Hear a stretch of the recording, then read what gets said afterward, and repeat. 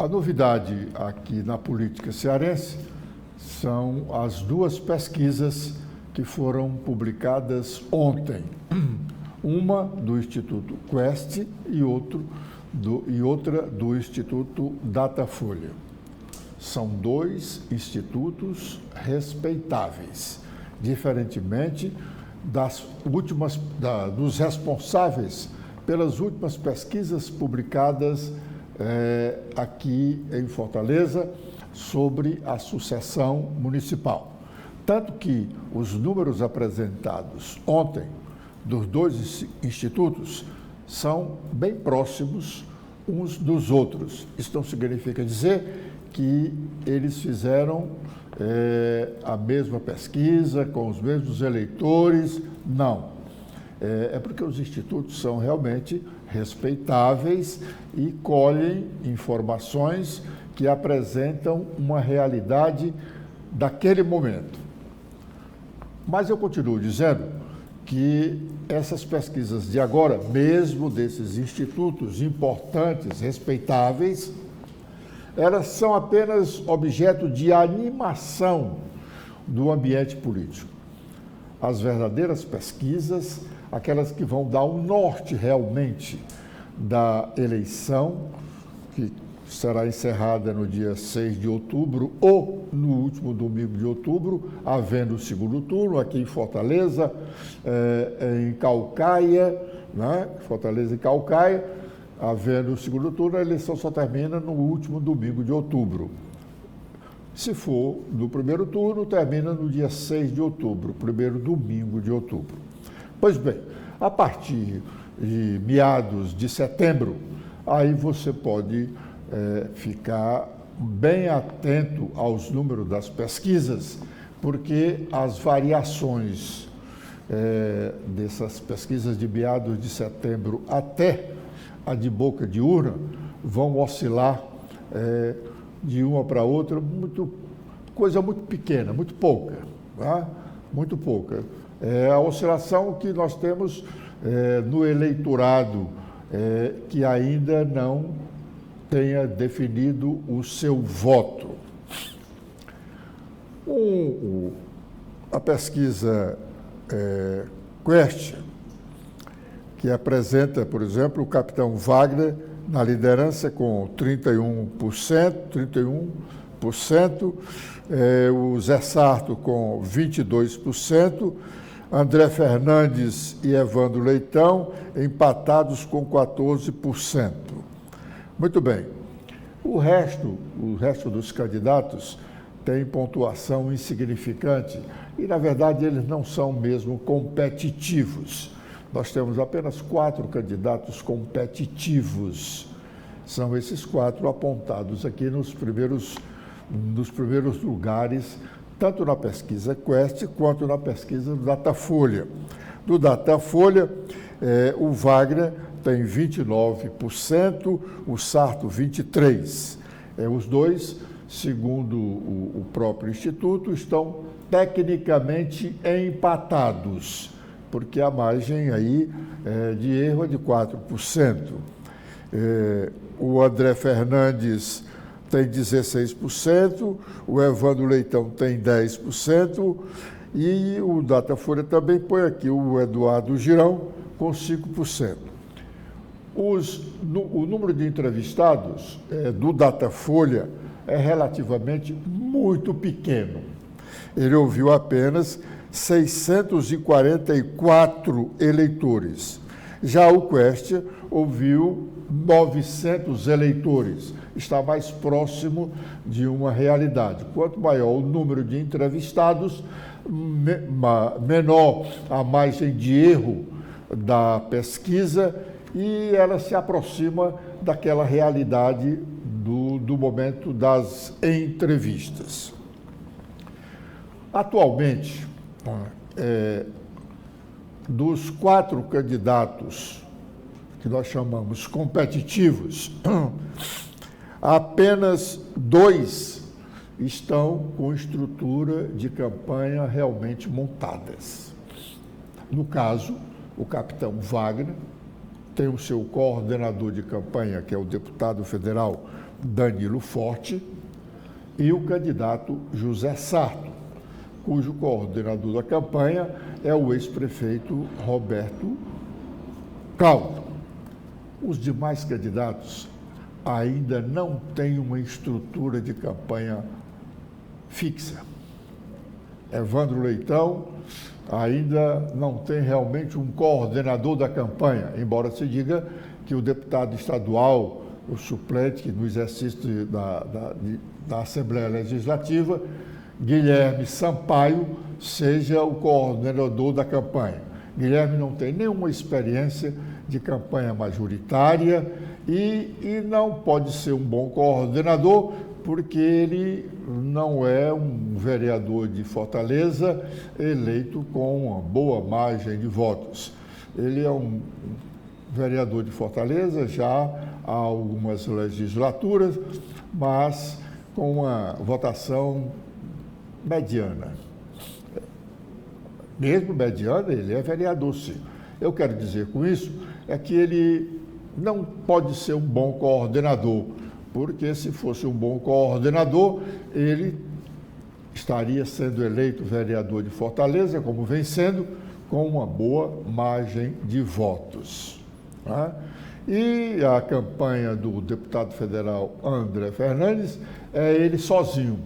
Aliás, até colegas dele, aliados dele, correligionários dele, do mesmo PL, dizem que ele é muito rebelde. O partido não tem apitado nada na campanha dele. O próprio presidente estadual do partido, o deputado estadual Carmelo Neto, se queixa disso. E responsabiliza, inclusive, pelo insucesso da carreata que foi promovida aqui no último fim de semana, com a presença do ex-presidente Jair Bolsonaro. Tinha muita gente, realmente, mas não tinha o número de pessoas que eles do PL esperavam. E porque não teve esse apoio dos eleitores de Jair Bolsonaro como eles esperavam, eles responsabilizam esse insucesso pela independência do deputado federal André Fernandes, que é o candidato a prefeito. Mas realmente, insucesso mesmo foi o encontro de Bolsonaro no sábado, lá em Caucaia. O ex-presidente teve que esperar um determinado momento para que, numa residência de um correligionário lá, para que se arregimentassem pessoas, ao menos umas 300 ou 500 pessoas, para que o presidente não falasse num palanque ou numa praça vazia. Muito bem, essa falta de coordenação da campanha é uma demonstração de que os candidatos não se prepararam no tempo devido. Alguém que já participou de campanhas eleitorais, coordenando campanhas executivas, dizem que uma campanha dessa é uma guerra.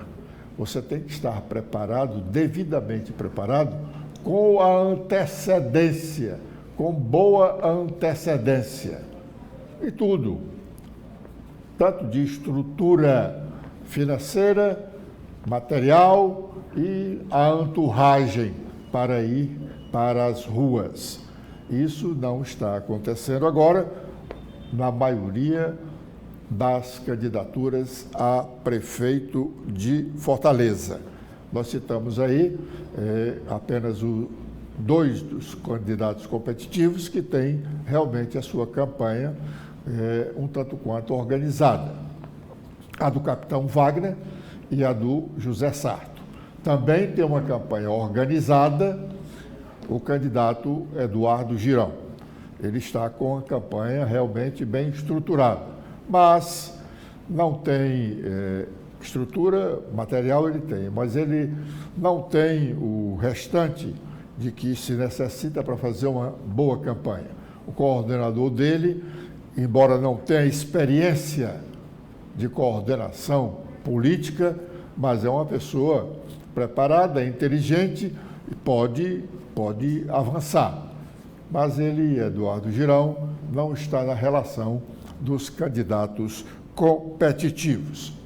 De modo que a pesquisa, ou as duas pesquisas, são interessantes para os comitês desses dois candidatos, Capitão Wagner e Sarto, movimentarem os seus aliados correligionários. Mas vamos esperar pelas pesquisas que vierem logo depois do início da propaganda eleitoral no rádio e na televisão, para que nós tenhamos realmente um norte para a avaliação dos demais dias da disputa eleitoral até 6 de outubro. Até 6 de outubro, nós vamos ter essa boa movimentação. Ontem teve um frisson na área do candidato a prefeito pelo PT, do Evandro Leitão, porque o ex-governador Camilo Santana apareceu pedindo votos para o vereador Léo Couto. Camilo quer que o Léo Couto seja reeleito.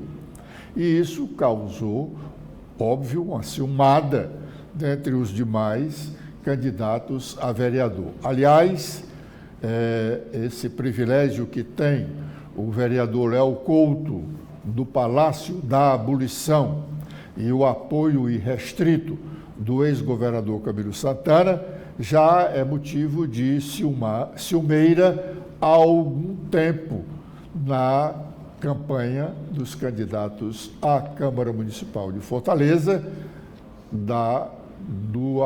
que apoiam o candidato Evandro Leitão. Léo Couto tem uma afinidade muito grande com o ex-governador, desde quando ele ainda estava no poder. Tanto que Léo estava sempre presente no Palácio da Abolição. Num determinado momento, era um homem influente da etice. Aliás, as pessoas dizem que ele era o homem da Bolsa. Não se sabe que Bolsa lá na etice. Hoje ele não está mais muito ligado à etice. Ainda tem ligações. E tanto ele é o homem do Palácio da Abolição, em detrimento dos demais candidatos que apoiam Evandro Leitão, que disputam voto para a Câmara Municipal, que o fulano de tal Major André, que é o operador do Camilo Santana nos bairros de Fortaleza, é um homem lá que se não casa e batiza no Palácio da Abolição, está muito perto. Ele é o principal cabo eleitoral do vereador Léo Couto. O candidato Evandro Leitão, se não atentar para esse fato, pode perder apoio de candidatos a vereador. Ontem nós falamos aqui que hoje comentaríamos sobre uma lei sancionada antes de ontem pelo governador Eumano de Freitas, que criou um refis para o Poder Judiciário do Ceará. Isso é uma novidade novíssima. É um caso estranho, excepcional. Um refis. Os governos federal, estaduais e municipais, eles criam esses refis para arrecadar mais recursos das pessoas que devem à União, ao Estado, aos estados e aos municípios. Então, eu sou um devedor, outras pessoas, muitas pessoas são devedoras, deixaram de pagar tributos ou taxas ou qualquer outra coisa que o Estado seja o município, o Estado, a União seja o arrecadador e esse volume de recursos não pago é significante, o governo então faz um refis. Pois bem, o Estado do Ceará fez um refis para o poder judiciário do Estado do Ceará. O comum é o cidadão comum, repito, cidadão comum, dever ao Estado. Mas o Poder Judiciário dever ao Estado, e o que é que ele deve? O que diz a lei? Lei 18.977, de 21 de agosto de 2024. 21 de agosto de 2024.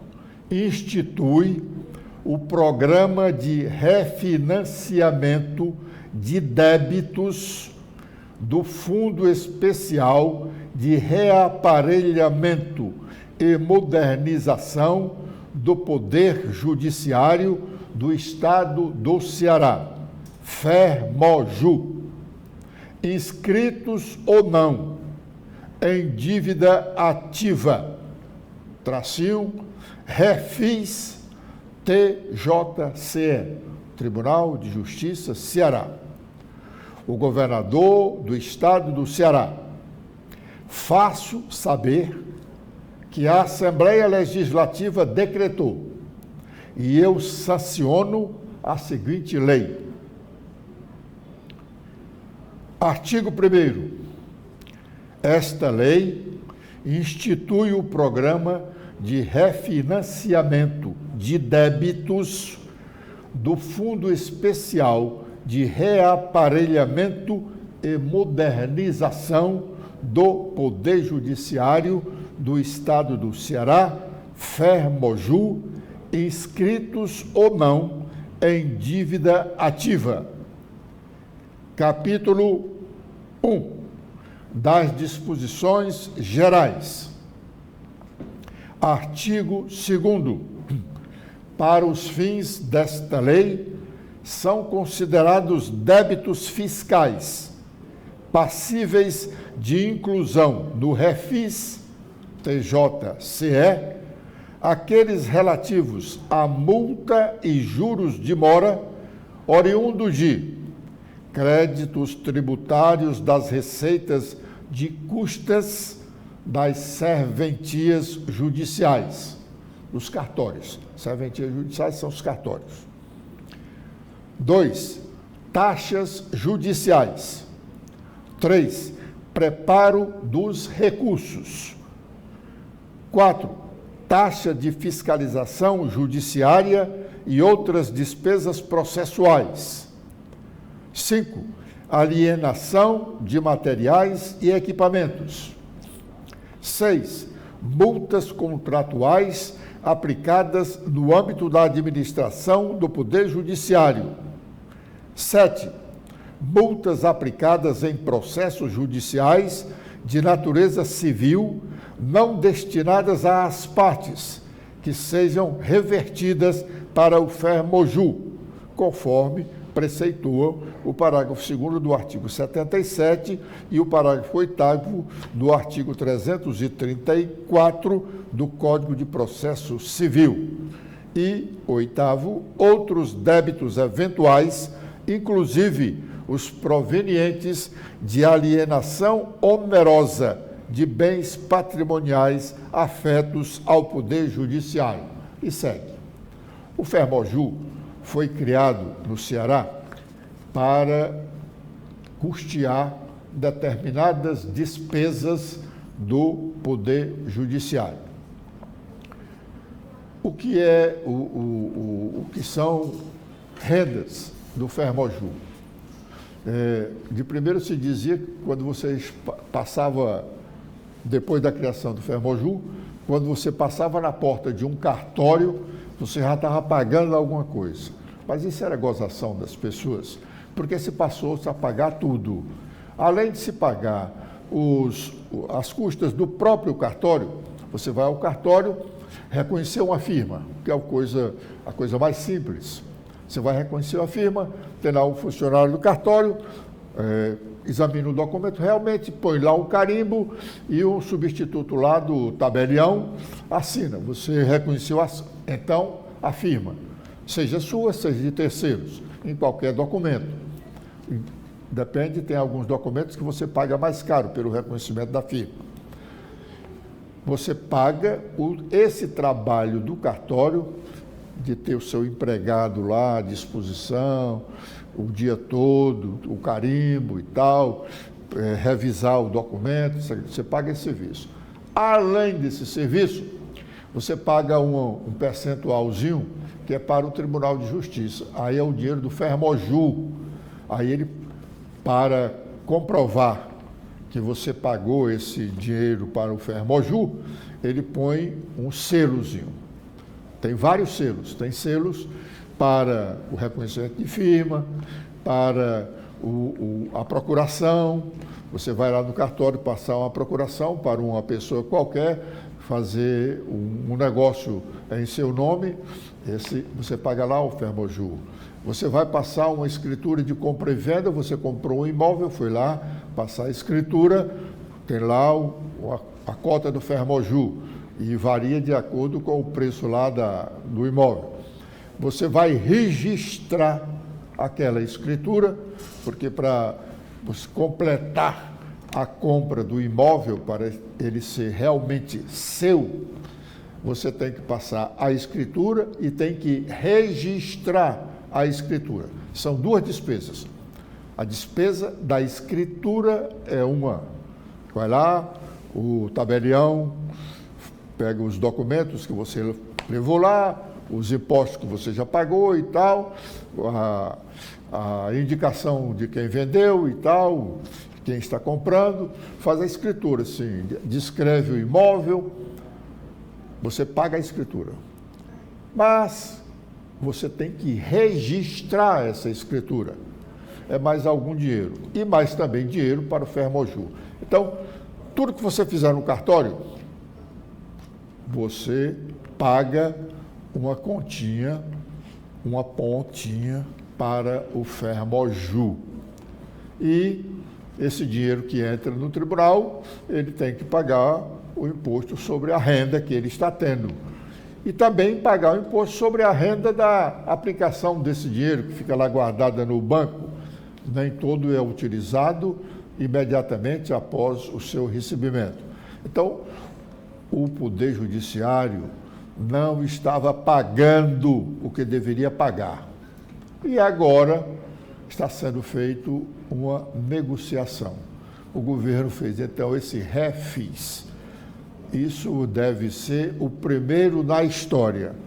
Não lembro de ter visto alguma notícia de nenhum estado onde tenha já acontecido essa história de o governo ter feito um refis para que o Poder Judiciário pague ao fisco estadual o que ele deveria ter pago no momento oportuno. Nós vamos fazer uma entrevista hoje, aqui ao meio-dia, com o filho do ex-deputado federal, ex-vice-governador do estado do Ceará, Joaquim de Figueiredo Correia. Como eu disse ontem, é um dos políticos mais respeitáveis que o Ceará já teve. Aliás, repito o que disse ontem, os políticos de antigamente eram realmente muito respeitados, diferentemente dos de hoje, guardada as devidas exceções. Fazendo esta observação, chamando para a entrevista do meio-dia de hoje, nós estamos encerrando aqui a nossa participação no primeiro bloco de notícias da manhã desta sexta-feira, convidando-os a continuarem conosco aqui na TV da Transparência, porque já já teremos novas informações. Obrigado.